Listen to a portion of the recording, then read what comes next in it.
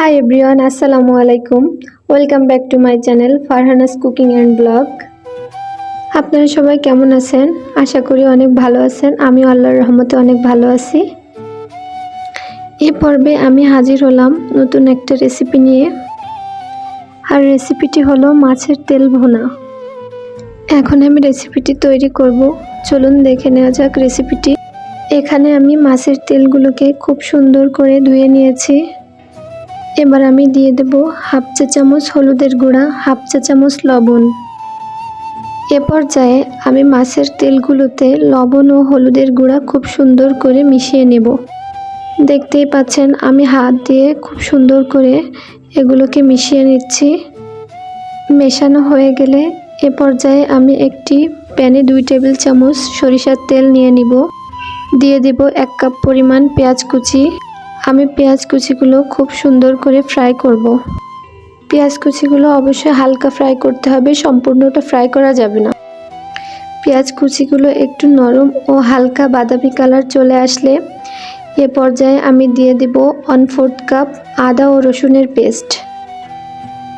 পেঁয়াজ কুচির সাথে আদা ও রসুনের পেস্টটা খুব ভালোভাবে মিশিয়ে নিতে হবে এবং সামান্য একটু পানি দিয়ে খুব সুন্দর করে এটাকে কষিয়ে নিতে হবে, যাতে করে আদা রসুন ও পেঁয়াজের কাঁচা গন্ধটা না থাকে। এ পর্যায়ে দেখুন নাড়াচাড়া করে খুব সুন্দর করে আমি আদা রসুন ও পেঁয়াজ কুচিগুলো খুব সুন্দর করে কষিয়ে নিচ্ছি। মশলাগুলো আমার খুব ভালোভাবে কষিয়ে নেওয়া হয়ে গেছে এবং মশলাগুলোতে তেল উঠে এসেছে। এ পর্যায়ে আমি দিয়ে দিচ্ছি হাফ চা চামচ লাল মরিচের গুঁড়া, দিয়ে দিচ্ছি হাফ চা চামচ ধনিয়া গুঁড়া।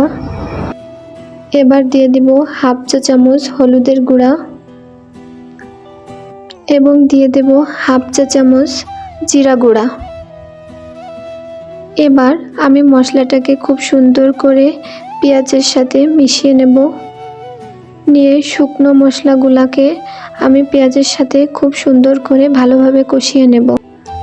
এ পর্যায়ে আমি মশলাগুলোতে একটু পানি দিয়ে ঢাকনা দিয়ে ঢেকে খুব সুন্দর করে কষিয়ে নেব।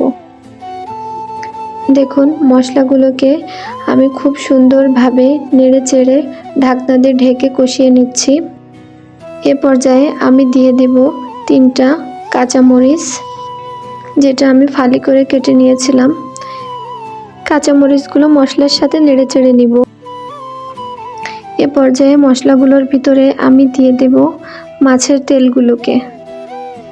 আমি এখানে হাফ চা চামচ লবণ ব্যবহার করেছি। আপনারা অবশ্যই পরবর্তী লবণের ব্যবহারটা একটু বুঝে শুনে করবেন, কারণ মাছের তেলগুলোর সাথে আগেই কিন্তু লবণ মিশিয়ে নেওয়া হয়েছিল। এবার আমি খুব সুন্দরভাবে ঢাকনা দিয়ে ঢেকে মাছের তেলগুলোকে একটু রান্না করে নিব।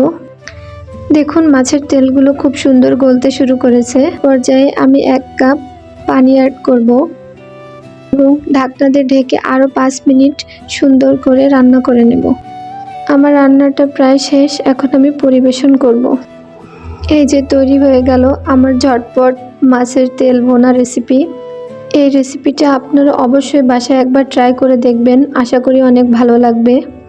আমার রেসিপিটি ভালো লাগলে অবশ্যই আমার চ্যানেলটি সাবস্ক্রাইব করবেন এবং ফ্রেন্ডস অ্যান্ড ফ্যামিলির সাথে শেয়ার করবেন এবং লাইক অ্যান্ড কমেন্ট করে আমার পাশে থাকবেন। আজকে এই পর্যন্তই। আপনারা ভালো থাকুন, সুস্থ থাকুন, আমার জন্য দোয়া করুন। আল্লাহ হাফেজ।